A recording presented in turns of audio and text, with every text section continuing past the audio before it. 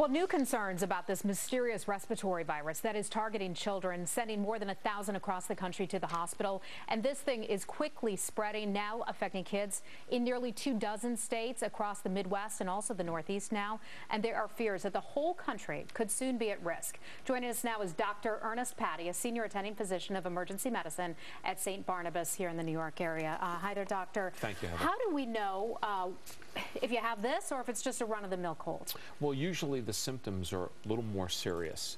You'll get the same kind of symptoms you get with a common cold: sneezing, cough, runny nose. But with this now, you might also get body aches and malaise, sort of similar to like influenza.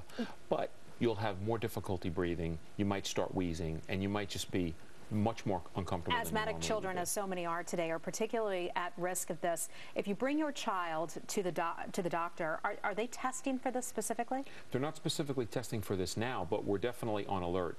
All of us get health alerts daily from the Department of Health, reminding us to keep an eye out for severe symptoms of a cold. And how are you treating it? Are you treating it the same as you would somebody who has asthma, yes, with albuterol and those types of drugs that so many parents would know out there? Sure, and also oxygen, which is very helpful in allowing the children's respiratory rate to come down. The oxygen helps, as well as the bronchodilators, the asthma medicines that you and I discussed.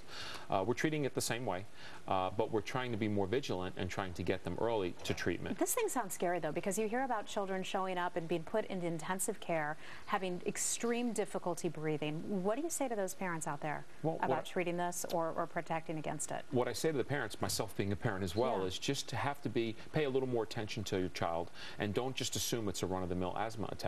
You know, you don't want to instill fear in people, but you want them just to be aware. If they're breathing a lot quicker than they normally do, if they're tugging, meaning the muscles in between their ribs are always like going in and out, or they're using their abdomen to breathe, these are all signs and symptoms that the child's working really hard to breathe. Do we have any idea where this originated?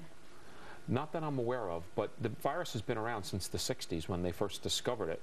You know, you have to remember, viruses are real crafty, and they can sometimes lay dormant for a long time and then mutate and then all of a sudden pop up like that. As it seems that this has now in a dozen states. I want to ask you about this measles case, and this is fascinating because someone apparently traveled through Seattle-Tacoma's airport and had measles, and so the airport then was forced to send out an alert to every passenger who traveled through that, I think over a 2-week period of time, that you could too have measles.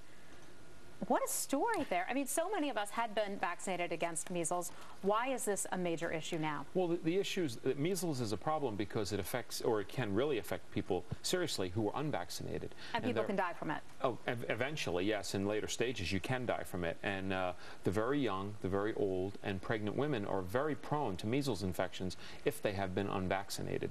And the problem is it's so contagious that this one person could have potentially exposed, you know, hundreds to thousands of folks in the airport. I was reading that 91% of our children are now vaccinated against measles, but that's still the 9% who aren't, and they're susceptible to getting this and passing it on. Of course. All you need is a few people that are unvaccinated to get an active disease that's highly transmissible, like measles, to go and spread it and cause you know, a small epidemic. The numbers are pretty stunning because for the past 10 years or so, there have been about an average of 61 cases annually in the United States of measles, and now this year alone, it's like 562 cases. Why are we seeing such a huge uptick in this? Well, I'm not an epidemiologist, but I can tell you it's probably due to numbers of folks coming into the U.S. who are unvaccinated.